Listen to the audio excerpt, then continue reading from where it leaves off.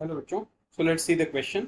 यहाँ पे सवाल है, molecular hydrides are classified as electron deficient, electron precise and electron rich compounds. Explain each type with two examples. Okay, तो देखो हमको ये मालूम है मॉलिक्यूलर हाइड्राइड क्या होते हैं, जहाँ पे कोई भी एलिमेंट हाइड्रोजन के साथ रिएक्ट होकर एक नया कंपाउंड बनाता है, जिसको हम हाइड्राइड बोलते हैं, मॉलिक्यूलर हाइड्राइड बोलते हैं। ओके, तो अब यहाँ पे मॉलिक्यूलर हाइड्राइड जो है वो तीन तरह के होते हैं। Number one, these are called as electron deficient. Okay, electron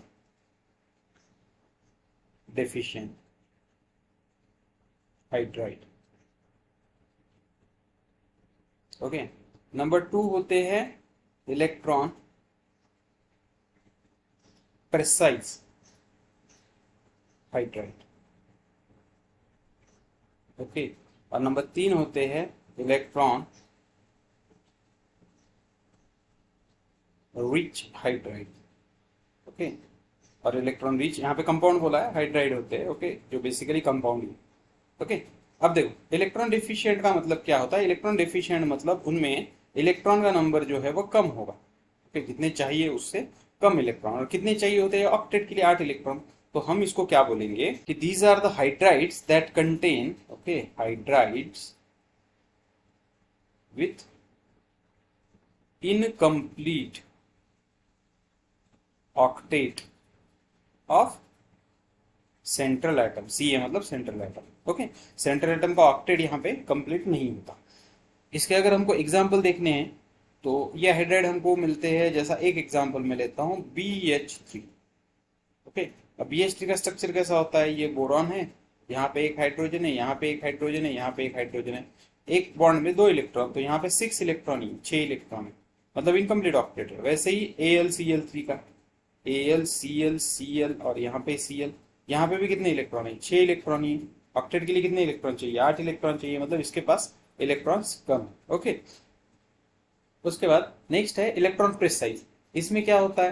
this है exact number of electrons required to form the normal covalent bond. Okay, मतलब इसको हम लिखेंगे hydrides with exact required number of electrons. और एग्जैक्ट रिक्वायर्ड नंबर कितना होता है?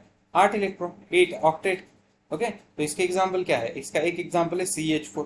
CH4 का स्ट्रक्चर कैसा होता है? CH, यहाँ पे एक H, यहाँ पे एक H, CH4 है।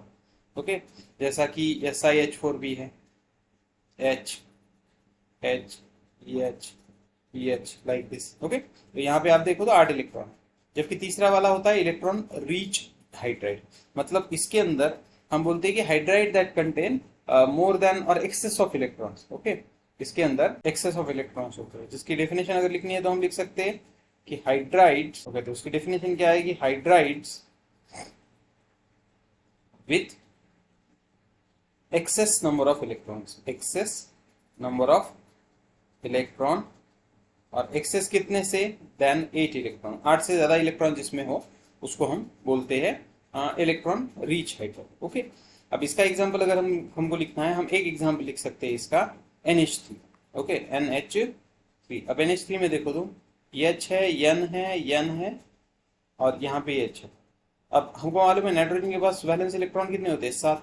यहाँ पे लोन पेयर होता है। ओके, ये नाइट्रोजन, तो ये 7 ऑलरेडी, और ये 8 9 10, यहाँ पे कितने इलेक्ट्रॉन हो गए? 7 + 3 that is equal to 10 electron, मतलब ज्यादा इलेक्ट्रॉन हो गए।